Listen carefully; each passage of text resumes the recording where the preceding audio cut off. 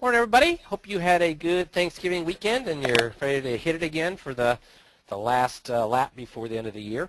So as usual, this is in the Monday call. It's a good time for you to ask questions.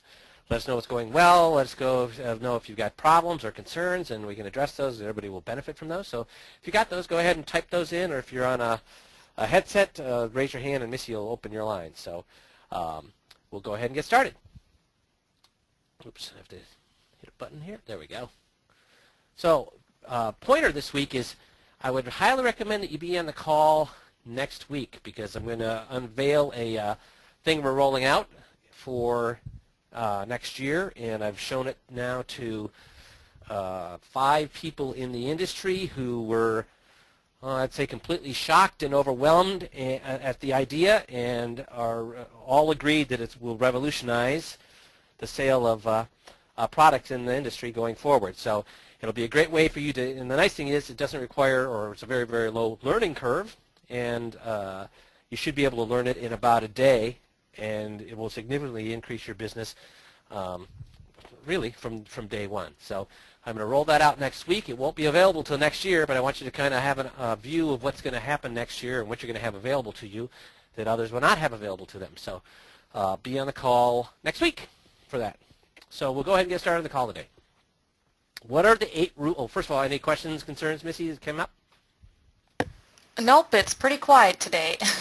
Okay, so 8 rules to success. That's what I want to talk about today. And the guys, so I'm not going to be talking about techniques. I'm not going to be talking about ways to close the sale. I'm not going to be talking about any of those things. I'm going to tell you the things that I'm covering today is what led me to make $1 million a year.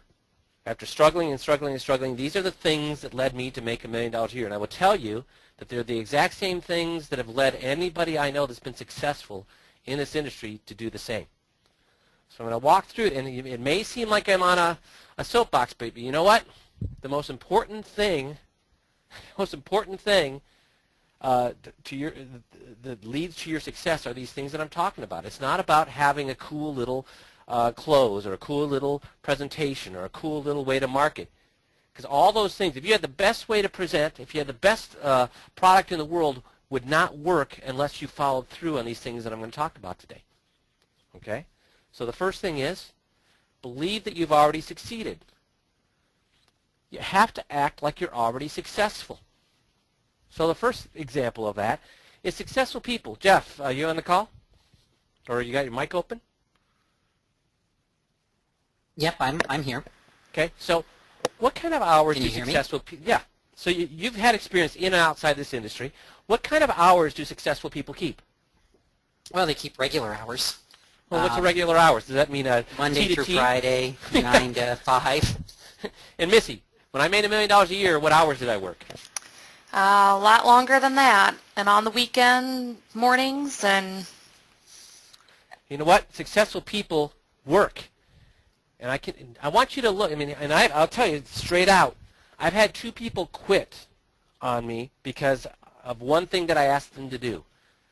They told me they were busy, and didn't have time to do this, and boy, they're just going crazy, and I don't have time to do this, I don't have time to learn that, I can't send out any newsletters because I'm so busy, and I asked them to fax me their schedule for last week.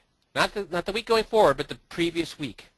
What do you think, guys, I found, or would have found, if they had faxed me? Because you know what they did? They quit right then. Why do you think? I want some answers to this. Why do you think they quit when I asked them to fax me their schedule from the previous week? Because they were telling me how busy they were. When I asked them to fax me their schedule from the previous week, why do you think they quit? Yeah, you're exactly right, Fred. They had few appointments. Called them out. Exactly, Casey. So all this busyness ended up being what? Nothing. And when I was busy, I'll tell you how busy I was. I scheduled a 9, 10, 11, 12, 1, 2, 3, 4. That's how many appointments I scheduled. Did you not hear lunch in there? Because I didn't schedule lunch. If somebody canceled, I had lunch. If nobody canceled, I didn't take lunch. Now, do you need to do that? No, you don't need to do that. But you need to be working 8 hours a day. And when I say working 8 hours a day, do I mean reading the paper or surfing the net or going out for 2 hours for lunch or taking time out to go work out or go da-da-da-da-da-da? Hey, you can do that, but that's not what successful people do. Successful people work at least 9 to 5. At least 9 to 5. And if your schedule doesn't look that way, I'll tell you right out, you're never going to be successful. If you're going to treat your job like a part-time job, then you're going to make part-time money. Now, the sad thing is in our industry, it's so profitable, you can make $80,000, $100,000, $150,000 a year working part-time money. That's a shame. That's a shame because you're making as much as some private, as some family doctors working part-time. So, you know what? I don't care what you want to do, but if you want to succeed, you're going to have to use regular hours. You're going to work part-time. You're always going to be making part-time income. Dress appropriately, guys. Don't come into the office in casual wear. You know what? Make sure your shoes are shined. Make sure you're in wearing a suit. Let's hear some answers to this. Why should you wear a suit, guys? And this is scientifically proven. This is psychologically and scientifically proven. Why should you wear a suit? It's professional. I'd go along with that. Somebody said professional. Why else? Well, you know, Eric, what do you mean by professional? What's so important about being if you're seeing no clients today, why would you still want to wear a suit? Present successful image. Yeah, I would agree with all those things. But I'm pointing, I'd like you to understand you should wear a suit even if you're not seeing anybody. Why? Because when you're wearing a suit, it makes you feel like you're successful. It makes you feel like you're serious. It makes you feel like you went to work to work. Okay? How you speak. Speak positive. Are you constantly talking about positive things or are you talking about negative things? Are you talking about moving things forward or are you talking about all the problems you have? So believe that you've already succeeded and act that way. You know, we all heard it, fake it till you make it, but it's so, so true, okay? Second thing is replace negative statements. I can't is something that should not belong in your vocabulary. Can't should not be said. Won't is okay, because that means you're not going to do whatever you need to do. Won't is okay, but can't, that's bullcrap. There's no such thing as can't. And I love the quote from Yoda where he says, there is no try. Do or don't do. There is no try. Either do it or don't do it. So replace these negative statements with positive ones. I'll tell you that this book right here, University of Success by Og Mandino, I've worn out 3 copies of this book. I highly recommend you get this book. What it is it's a series of short chapters you could read in about 5 minutes. And I don't know, there's probably 60 chapters in there, 5-minute chapters that you can read, and they're all written by different people, all the way from Benjamin Franklin to people you've never even heard of before. But they all have little 5-minute lessons. And I tell you, I've worn out 3 copies of this book. I highly recommend you read this either before you go to bed at night or first thing you do when you come into the office. And it's a great lesson to get your head on straight and to be moving forward. So I would highly, highly recommend you get this book and make it a habit to read this book. It'll keep your head on straight. It'll keep you moving forward and keep you from making excuses where excuses don't belong. Okay? This thing right here, responsibility, is the #1 reason I went from making $50,000 a year to $1 million a year. Of all the things out there, and I've talked about this many times before, but I'll talk about it again. This is the #1 reason that I went from making $50,000 a year to $1 million a year. And it was when my wife basically told me that, you know, why don't we just have you stay home? Why don't we just have you stay home because you're making less after taxes and expenses than we're paying for daycare. That epiphany, her saying that, and basically, and again, she said it nicely and she was very helpful, but I took it as, you're a loser, why don't you just stay at home? It made me sit down and finally say, you know what, for 8 years, I've been saying, oh, you know what, it's IES and American Express, that's the problem. They're the problem. I could be really successful if it wasn't for the dang red tape and all this crap they have us sell. And then I went to work for the bank. The bank is the problem. You know, they're taking 70% of everything I make. Of course I can never make a lot of money if they're taking 70% of everything I make. And then when I became an independent, it was, oh, well, this is the problem or that's the problem. And when I started doing seminars, I was like, oh, these people are stupid. They take all my information and take it all back to their guy. These people in Rochester, they are stupid as heck. What was I doing, guys? All that time, where was I pointing for the fault of my making 50 grand a year, no more than that? Or where wasn't I pointing? Yeah, I was pointing at others. I was never pointing it at myself. You know what? There's only one person who's responsible for our success. There's only one person responsible for our failure. And who is that? It's ourselves. It's ourselves. And I don't know how many of you know this, but if you look at the people who have grown very, very successful businesses from the ground up, from nothing to huge, what did they all experience before they grew their company huge? What did they all experience? Failures. You're right, Al.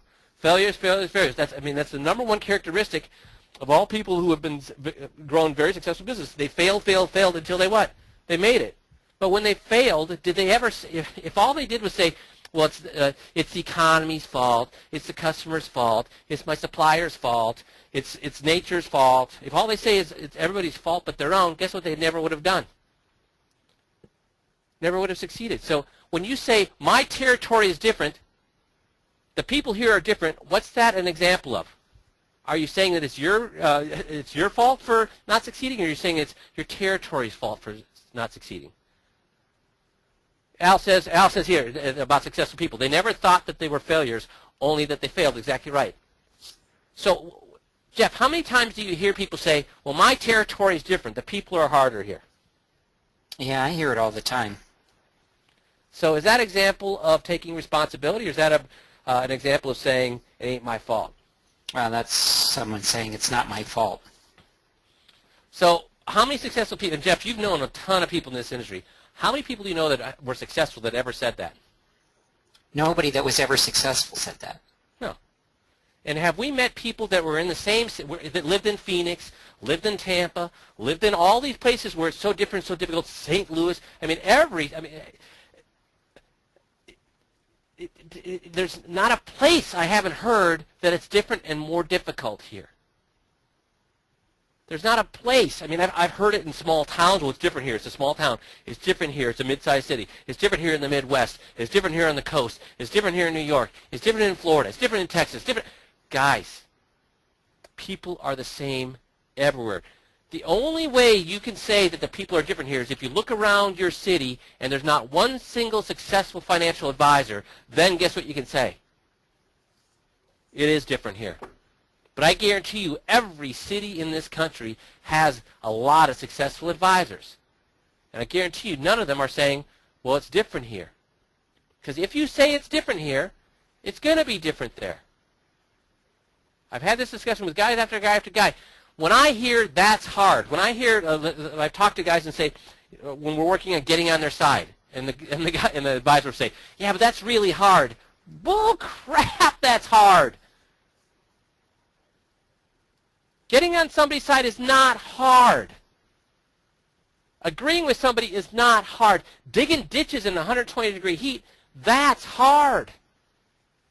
Fighting in Afghanistan in a firefight, that's hard. Going through life without two legs, that's hard. You know what's not hard? Getting on somebody's side. And if you say it's hard, it's going to be hard. I will tell you that I used to say that with people's names. I used to say, you know what? I can't learn people's names. My brain's not wired that way. I'm not wired for names. I'm wired for faces, not for names. And it's just so hard for me to learn. I said that for 41 years. So in 41 years, guess how many names I was able to remember? Diddly-do. Until one time, I started holding myself accountable. I said, you know what? I'm yelling at my advisor coaching clients for not holding themselves responsible, for saying it's hard. And here I am saying, oh, it's so hard to learn people's names. I'm not wired that way, blah, blah, blah, blah. And finally I said, I got to quit. I either have to quit yelling at my advisor clients for not holding themselves accountable, or I better start holding myself accountable. Because ain't nothing hard unless you say it's hard. So guess what? One Saturday, I was coaching 40 clients or client advisors in a room. They were all brand new to me.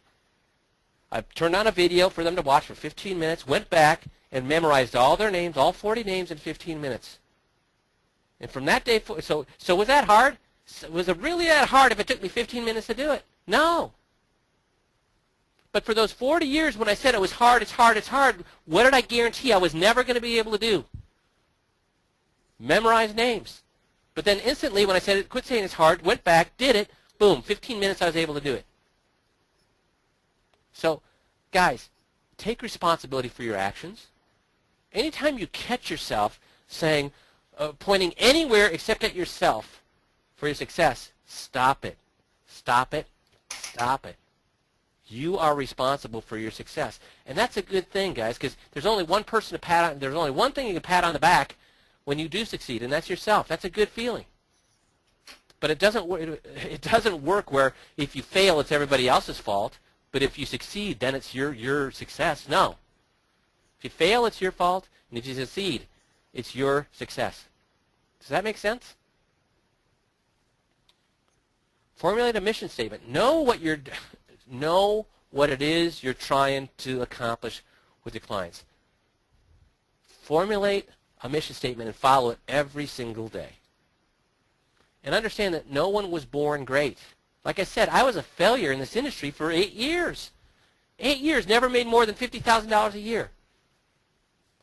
And then, boom, as soon as I became accountable, I did things that most advisors in this industry have never done before, which is make $1 million a year. And that was 12 years ago that I did that. 12 years ago, was $1 million was even more worth more than it is today. No one was born great. We all become what we are based on the choices we make. And when I chose to hold myself accountable, boom, I took off like a rocket. Only you can choose that success. See, successful people will do what unsuccessful people won't do. I mean, when I was successful, as Missy pointed out, I was working more than 40 hours a week. I came in at 4 in the morning to do all my case analysis, all my presentations. Why did I come in at 4 in the morning? Because I had small children. I didn't want to spend any time away from them. And when I came in at 4 in the morning, guess what I did when I came in, guys? Guess what the latest I ever had to leave on Saturday morning was? I was never out of the office. Hey, good job, Fred. I was never out of the office later than 9 a.m. And that was rare. Because when I came in at 4 o'clock, I was focused. Boom, boom, boom, boom. I went through, and I had it down where it was only taking me a half an hour to do case presentations. And I had to do them by hand. You guys have software, guys. You have software to do it. I had to do it all by hand. But when I came in, I worked. Boom. I didn't diddly-dally around. Successful people do what unsuccessful people won't do. They work at least 9 to 5, 5 days a week. And when they pick up the phone when they don't want to pick up the phone. They see their clients when they don't want to see their clients. They market when they don't want to market. They do what unsuccessful people won't do. That's what successful people do. And remind yourself of how good you have it, guys. When you say that it's hard, when you say that it's this or that or the other thing, think about all the people out there who are less fortunate than you. I mean, I'm on a soapbox, so I'm going to stay on a soapbox for the next 15 minutes. Helen Keller became successful without being able to hear and without being able to see. And yet I hear all sorts of reasons why advisors' lives are so hard. Guys, remind yourself, and I have to do this too. I bitch and complain about the littlest things in the world, and that's where that book by Og Mandino, the Success University, brings me back to reality, saying, really? You have nothing to complain about. You are sitting on top of the world. The world is roses for you. Why are you complaining because somebody cut you off on the way to work today? That's crazy when you look at all the things that other people have to overcome to just put food on the table or get a drink of water in this world. We have nothing to complain about. Remind yourself of how good you have it. And if all these other people can overcome the things they've overcome, there's no reason why you shouldn't be able to overcome it. When beginning a new project, ask yourself, what's the worst thing that could happen, and how would I handle it? So if you're beginning to Well, let's say you're going to begin to put together the drip marketing in the newsletter. And I hear all sorts of things. Well, I don't have time, and I have to get my list merged, and I have to do this, and that, and blah, blah, blah, blah, blah, blah, and then I have to do it every month, and I just don't have time. What's the worst can happen with your newsletter? Your clients will like you. Your clients will think that they're, and no business will come from it. That's the worst that can happen. But if no business came from it, but your clients loved you, is that a good thing or a bad thing? If that's the worst thing. And I tell you what, you're going to get business from it. What's the worst can happen if anything that you do, really, the worst that can happen, look at how about with doing the seminar? What's the worst thing that can happen? Well, nobody shows up. Now, that used to be a bad thing because before we had our whites of their eye system, if nobody showed up, you were out $4,000 or $5,000. We've even taken that off of you. So if you do a seminar and nobody shows up now, guess what? You don't pay anything. So what's the worst going to happen if you schedule a seminar? Or what's the worst going to happen if I get in front of 61 people?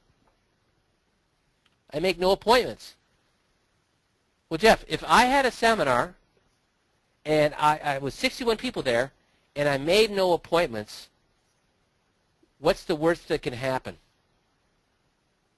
What have I learned? Well, you've learned what not to do, I guess. You've learned you need to improve your presentation. Yeah, and I've learned that, you know what, that will never, ever happen to me again. Before I do into my next presentation, I'm going to be killer. I'm going to be focused. I'm going to know exactly how to make sure I get at least half of those people to make appointments with me, or they will not leave the room. I know what not to do. That's the worst that can happen, which means that, hey, what did we just talk about with failure? Successful people do what with failure? They learn from it, and they move forward, and they get better the next time. So when you begin a new project, ask yourself, what's the worst thing that can happen, and how would I handle it? And Al, I think earlier brought up a great point, which is that successful people never thought they were failures, only that they failed. And you know what? If they thought they were failures, they would never try to do it again. Never try to do anything again. But when you just look at it, oh, well, I failed in this particular thing, I'm going to try it again. That's successful people. And I would tell you right now, at the Mayo Clinic, they do not want to hire people from Ivy League schools. They would refuse to hire people from Ivy League schools at Mayo Clinic now. Why do you think that might be? Why do you think they refuse to hire people from Ivy League schools at the Mayo Clinic? One of the most celebrated, respected medical institutions in the world, and they will not hire people from Ivy League schools. Why is that? Guess what they found out about people from Ivy League schools? They're not tough enough, Casey. What do you mean by that? You're right. What do you mean they're not tough enough? They don't know how to fail, Eric. You're exactly right. They don't know how to fail. Their whole lives, these people have succeeded and succeeded and succeeded. And guess how they succeeded? By never taking on things that they weren't capable of doing. What Mayo Clinic has found and what business after business has found, and this is not just Mayo Clinic, in fact, many businesses now, it's a movement in the business industry to not hire people from these Ivy League schools and instead go to the middle-of-the-road schools because those are the kids who've had to tough it out, who have failed and still came back and tried to succeed. They know how to work. They know how to they're not afraid of taking on a project because if they fail at the project, they just go back and try it again. Where these Ivy League schools where they've never failed, they're afraid of taking on a project. Here's what happens. When they get assigned a project from the clinic, they'll go to their supervisor and say, well, now what exactly do you want me to do here? And the supervisor say, well, just do it. Oh, yeah, but I need to know exactly what you want me to do. No, I'm not going to tell you what to do. Just go ahead and do it. And these people freeze. They cannot move off the dime because they're so afraid they might do something that their supervisor doesn't approve of that they'll have failed. So they choose to do nothing. Where somebody who's failed a lot, guess what? They go out and do it, and the supervisor says, oh, that's pretty close. Here, try it this way the next time. Boom. And they learn and learn and learn. They learn very, very quickly. Don't be afraid of making mistakes. I see people with the system saying, you know what, I don't really want to do this till I'm really good at it. I don't want to try that till I'm good at it. I don't want to try to get on people's side until I'm good at it. I might fail getting in front of the client. Well, first of all, will the client ever know that you're failing at getting on their side? No. The only person that would know that is you, and you just say, hey, great, now next time I know what not to do. I'm going to do it differently the next time. Don't be afraid of making mistakes. The only way you're going to learn anything is to go do it, make mistakes, learn from it, go out, do it again, make a few less mistakes, learn from those, go out and do it again, make a few less mistakes even yet. And I will tell you, the way that I built my system, the way that I went from making $50,000 to $1 million a year was making huge amounts of mistakes. But every time I got in front of a client, I made less mistakes. And then less mistakes, and then less mistakes, until by the end, I was making very few mistakes. But I made hundreds or probably thousands of mistakes to get to that point. But if I was always afraid of making mistakes, I would have kept doing things the way I'd been doing them forever and ever and ever. Don't be afraid of making mistakes. It's the only way that you learn. So I finished in a half an hour. I don't want to be, I'm on a soapbox, so I don't want to spend the whole hour on a soapbox because it'll drive you crazy. But guys, do you get this? This is what's going to make you successful. Not a little pitch or a little presentation or a little whatever or little promises or best marketing. If you have the best marketing in the world, but you're afraid of making a mistake, you'll never even try the marketing. If you have the best sales presentation in the world, but you're afraid of making a mistake, you're never going to do that. Or if you have the best presentation in the world, but you only want to work part-time, you're never going to be the success that you could be. So these are the core things that you need to be in your heart, in your soul, in your work ethic before any type of presentation, any type of marketing is going to make you successful. So I apologize for getting on the soapbox and giving you this call. But guys, I'm telling you, this stuff is what's going to make you successful, okay? It's this stuff that will make you successful. Get that book by Og Mandino. Read a chapter a day. I'm telling you, it will. If you do that religiously, you'll be a different person with your family. You're going to be a different person with your friends. You're going to be a different person with society, and you're going to be a different person with your business, and you're going to be more successful with all of them going forward. So, again, I just want to remind you, please be on the call next Monday. The thing that we're rolling out, I think you're going to be excited. I mean, the people I've shown it to were off the charts excited, knowing how much business they could start writing immediately with it. Again, I'm rolling it out early just so you can get a taste of what's happening next year. We won't have it out and available probably until February, but we'll be doing some training on it live for people who want to come back in January. And I'll tell you, the day that you get back from that training, you'll be able to write a significant amount of business instantaneously. It's designed to do just that. So, Mike, what was the name of the book? Okay, let me see. I'll go back up if you're on the...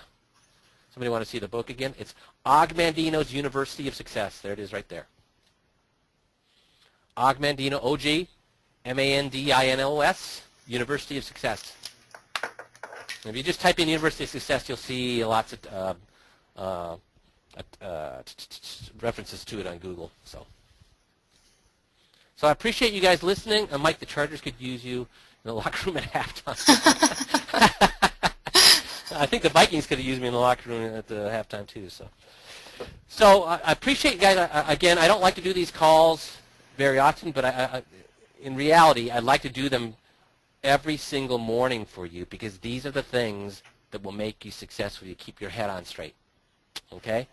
And Al, just one more time, Yes, that was University of Success is the name of the book. University of Success by Og Mandino. What date do you have for the live training in January? It's late, isn't it, Missy? Yep, it's actually January 30th. It's going to be the afternoon of January 30th, which finishes up the end of the Allianz training that they're having. Yeah, so Jason has been calling, I think, you guys on a name-by-name basis. I've been working through the list to see if you guys want to come out to the Allianz training that's happening at the end of January. And that training for Allianz, I think, is 2 days and ends at noon or something, Missy, or 2 or something? Yep, it ends at, I think it's like 1 or 2 on the 30th. I think it's 1 o'clock on the 30th that Allianz ends, and then we'd be starting at 3 p.m. on the 30th. So that you wouldn't have to spend an extra day here. You would just tack that onto the Allianz training. You'd be able to leave the next day because we can get that training done in about 4 or 5 hours. So we probably work through dinner, but we get that training done that very day. And you'll be hearing more of that. And if you got questions on the Allianz training, give Jason a call, And again, we're just tagging it on to the day after that. And I can't wait to show this stuff to you. And again, it'll be somewhat vague because we're still ironing it out, but you'll get the concept next Monday. And again, then you're going to have to hold your breath until we roll it out. But at least then you know what's coming down the pike. So we'll go ahead and let you go early unless any of you have a call. A great soapbox call. Thank you, Eric. I'll let you guys go early. I hope you have a wonderful rest of the week. And if you've got it and need any help or need to talk to us, just give us a holler, okay? Thanks, guys. I really appreciate you, and I thank you all. Thank God for all of you on Thanksgiving Day and all that you've done. So I appreciate it, and you have a great rest of the week. Thanks, guys.